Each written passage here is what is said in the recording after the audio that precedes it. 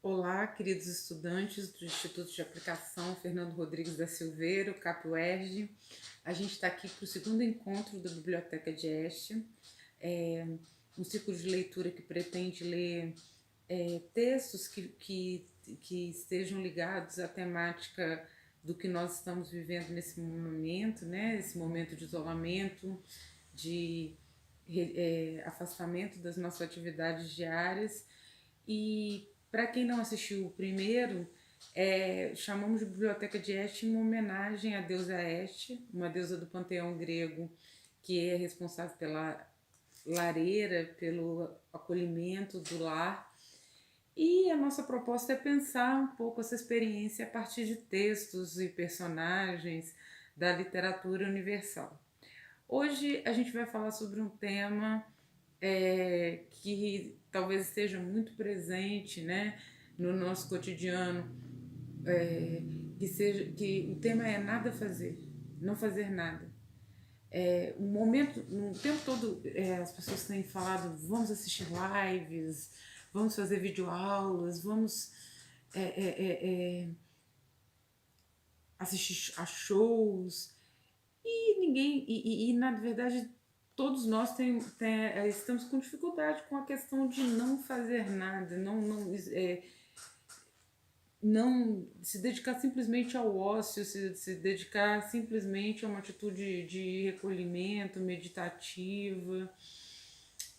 Para nossa alegria, né, para nossa felicidade, há uma série de personagens da literatura que se estiveram nesse lugar de não fazer nada, de optarem por nada fazer. Existe um filósofo holandês chamado Huizinga que diz que o nada fazer é muito importante para a produção de uma energia lúdica, para a produção da energia criativa. Né? Nós temos o Homo sapiens, aquele que pensa, o Homo faber, aquele que fabrica objetos, aquele que faz, mas existe também o homem ludens, que é aquele homem lúdico, aquele homem que cria. E para isso, o nada fazer, a atitude de ócio, para se fomentar, para se produzir essa energia criativa é fundamental. Bom, na literatura a gente tem um personagem do século XIX, na literatura russa, de um escritor chamado Ivan Goncharov, que é o Oblomov. O Oblomov ele fundou até uma espécie de filosofia que é o oblomovismo, que é porque o personagem central desse romance ele fica o tempo todo deitado na cama, não quer sair para nada. Ele pertence à aristocracia russa, é um personagem que possui posses, possui terras, tem que cuidar daquele lugar, mas ele nunca consegue tirar os projetos do papel para cuidar da Oblomok, que é a cidade dele lá, o lugar a que ele pertence. E nesse seu modus vivendi, nesse seu cotidiano de nada fazer, aparentemente nada acontece. Por que eu digo aparentemente? Porque o quarto desse personagem é um mundo. O quarto desse personagem é um lugar em que ele devaneia, em que ele sonha, em que ele. É um livro bem interessante. Ele não fica o romance todo deitado. A segunda parte do livro é O Sonho de Oblomov, que foi escrito inclusive 10 anos antes, em que ele pensa toda essa sociedade patriarcal e com esses valores esse paternalismo, né, dele ser um senhor que cuida de uma comunidade de seus criados e tudo é romântico, idílico, eles têm um sonho de que tudo dá certo, mas como a história mostrou, esse regime dos czares e dessa aristocracia russa estava em franca decadência. E assim como o regime entra em decadência, o personagem na sua trajetória também entra.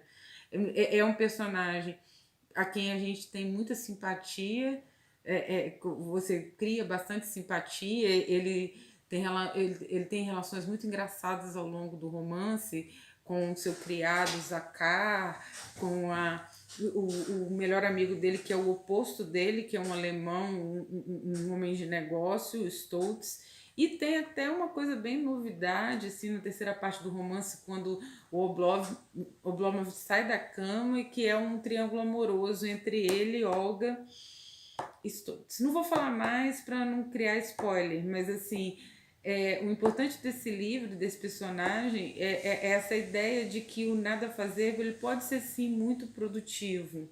Ele pode produzir esse mundo contemplativo, na verdade, ele é produtivo, né? Desse ócio pode sair uma criação do futuro. Tem até uma história que eu gosto muito do Manuel Bandeira.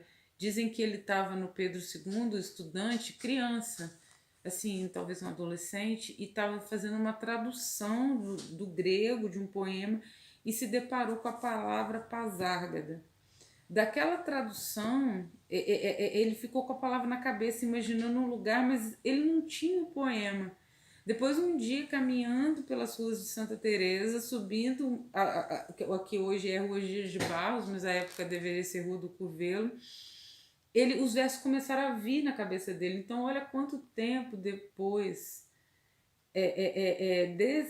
desse momento em que ele parou para pensar, em que ele suposto talvez não estivesse fazendo nada e ficou imaginando essa pasárgada, quanto tempo depois ele produziu esse poema. Mas foi preciso talvez um momento de nada fazer para que se produzisse, para que se criasse o início, digamos assim, a célula da energia poética desse poema tão famoso do Bandeira Pasárgada, né? Vou-me embora para Passárgada. Lá sou amigo do rei, terei a mulher que eu quero, na cama que escolherei. Poema lindíssimo da literatura brasileira. Bom, vamos ao Oblomov. Esse trechinho é um trechinho de como ele, na aparente imobilidade, na aparente inércia, viajava, né? Era uma viagem ao redor do mundo sem sair do quarto. Então vamos lá. Oblomov, em silêncio pensativo, gira o corpo e fica deitado de barriga para cima. Lança um olhar tristonho para a janela, com tristeza acompanha o sol com os olhos. O sol que se põe grandioso atrás de um prédio de 4 andares. E quantas vezes ele acompanhou assim o pôr do sol. De manhã, de novo, a vida, de novo a agitação, os devaneios. Ele adorava imaginar-se às vezes um comandante militar invencível, diante do qual não só Napoleão, como também Jerusalém, nada significam. Inventava uma guerra e um motivo para ela. Povos da África invadiam a Europa, ou ele organizava novas cruzadas, combatia para decidir o destino dos povos, arrasava cidades, era misericordioso, castigava, realizava proezas de bondade e de generosidade. Ou então entrava na arena como um pensador, um grande artista.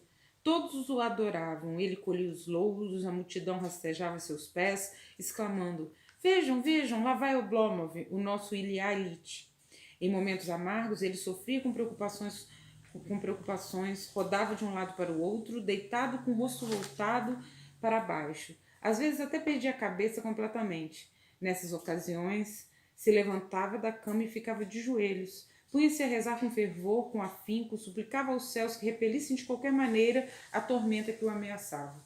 Depois, tendo transferido para os céus o fardo de seu destino, instalava-se nele uma tranquilidade e uma indiferença por tudo no mundo, que a tempestade fizesse o que bem entendesse. Assim, ele punha em movimento suas forças morais. Assim, ficava agitado não raro por dias inteiros, e então, às vezes, com um suspiro profundo, só despertava de um devaneio fascinante ou de uma preocupação aflitiva quando o dia declinava rumo ao entardecer, e o sol, como uma esfera imensa, começava a descer grandiosamente atrás do prédio de 4 andares. Ninguém conhecia nem via aquela vida interior de Ilia Ilitch. Todos pensavam que Oblomov não tinha nada demais, só fazia ficar deitado e regalar-se com a comida, e ninguém esperava mais nada dele. Duvidavam até que articulasse pensamentos na cabeça. Era isso que diziam sobre Oblomov em toda parte aqueles que o conheciam. Quanto aos seus talentos, quanto ao trabalho interior vulcânico de sua cabeça ardente e de seu coração humanitário, só Stoltz o conhecia em detalhes e podia dar testemunho. Porém, Stoltz quase nunca estava em São Petersburgo. Apenas a Carr, cuja vida girava inteira em torno do patrão, conhecia seu ser interior com ainda mais detalhes. Porém, estava convencido de que ele e o patrão agiam muito bem e levavam uma vida normal, como se devia fazer e que não convinha viver de outro modo. Eu recomendo fortemente a leitura desse livro, é uma leitura fluente, fácil, a tradução do Rubens Figueiredo é excelente, tá? Olha, nós iríamos ler, e está lá na nossa coletânea, um trecho de Esperando Godot. Eu li, mas não funcionou a leitura sozinha. Essa leitura tem que ser feita, e aí até seria legal se vocês conseguissem ler e imaginar em sala de aula com os personagens, porque não há como você sabe, esse gênero é um gênero romance. O gênero teatro, ele precisa ele tem diálogos, ele tem rubricas, e a gente precisava que cada um fizesse os personagens. A leitura sozinha do texto não funcionou bem, então eu peço que vocês leiam um trecho. Quando a gente retomar, a gente retoma a leitura de Esperando Godot em sala de aula, porque é bem legal. São dois personagens que aguardam um sujeito que se chama Godot num lugar perdido, numa estrada. A gente não sabe onde eles estão, a gente não sabe a temporalidade, o tempo, quando se passa, e eles têm que esperar esse Godot e não tem nada para fazer. Quando ao não fazerem nada, eles optam por quê? Por contar histórias, por fazerem números de circo, número do teatro de revista, bem a moda de Charlie Chaplin, ou o Gordo e o Magro. É uma peça muito interessante, é uma tragicomédia, na qual se espera, né? Esse tema da espera. E o que fazemos nesse momento é esperar o fim da quarentena sem horizonte ainda, sem sabermos ainda quando isso vai acontecer. Então é uma peça bem interessante. Eu devo colocar na página do Facebook um vídeo da peça, da encenação da peça com legenda, que é uma montagem americana da peça, que é bem interessante e tem legendas para vocês, para quem tiver curiosidade de assistir. A gente lê agora um poema do Manuel de Barros, que é um poeta do qual eu gosto muito, um poeta que fala também da desutilidade da poesia, da desutilidade das coisas que, no entanto, são encantadoras quando olhadas com aquele olhar que a gente tem quando criança, aquele olhar que a gente tem quando a gente vê as coisas pela primeira vez. Então vamos à leitura do poema. A arte de infantilizar formigas. As coisas tinham para nós uma desutilidade poética. Nos fundos do quintal era muito riquíssimo o nosso dessaber. A gente inventou um truque para fabricar brinquedos com palavras. O truque era só virar bocó. Como dizer, eu pendurei um bem-te-vi no sol. O que disse Bugrinha? Por dentro de nossa casa passava um rio inventado. O que nosso avô falou? O olho do gafanhoto é sem princípios. Mano Preto perguntava, será que fizeram o beija-flor diminuído só para ele voar parado? As distâncias somavam a gente para menos. O pai campeava. A mãe fazia velas. Meu irmão cangava sapos. Bugrinha batia com uma vara no corpo do sapo e ele virava pedra. Fazia de conta, ela era acrescentada de garças concluídas. Esse poema é bem bonito, né? E é toda uma brincadeira de criança no quintal e um jogo com as palavras para nomear as coisas que os rodeiam, né? Que rodeiam a todos ali. Então, quem tiver também, o quintal é um espaço que pode ser mágico. A gente falou no interior da casa, no encontro passado, e nesse a gente leu um trechinho que fala de olhar, chegar no quintal e ficar nessa atitude de espera e também do olhar, né? Desse jogo do olhar, mas olhar as coisas, né, nessa dinâmica, em outra dinâmica, não na dinâmica do dia a dia, que a gente nem tem tempo de olhar para nada, mas na dinâmica de uma temporalidade poética, né?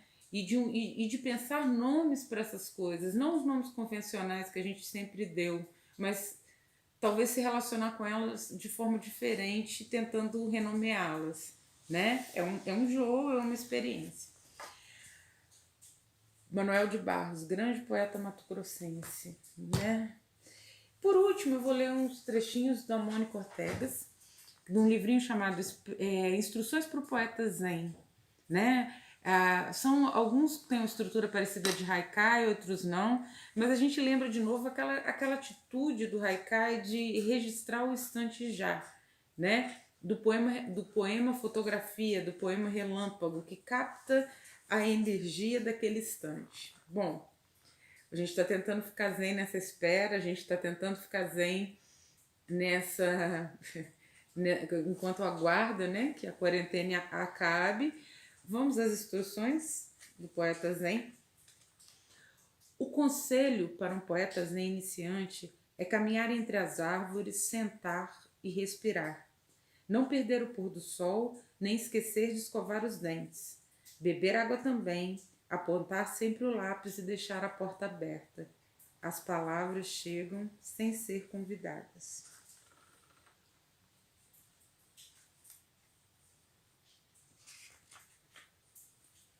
Pense um poema. Agora não pense no poema. Pense em um não poema. Não pense em um não poema. O Zen trabalha com a negação e com a negação da negação. No fim, tudo vira afirmação e o poema afirmando essa afirmação última fica uma lindeza só. Comece o dia carregando um balde. Vá até o poço de água sem fim. No campo aberto, recolha ali seus poemas. Eles esperam por ti para saciar sua sede infinita.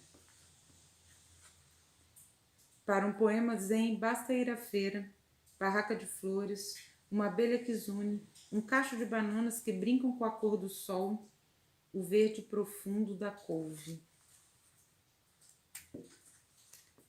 Um poema zen é lido pelos peixes, pelos pássaros e pelos montes. Um poema zen fala todos os idiomas do mundo.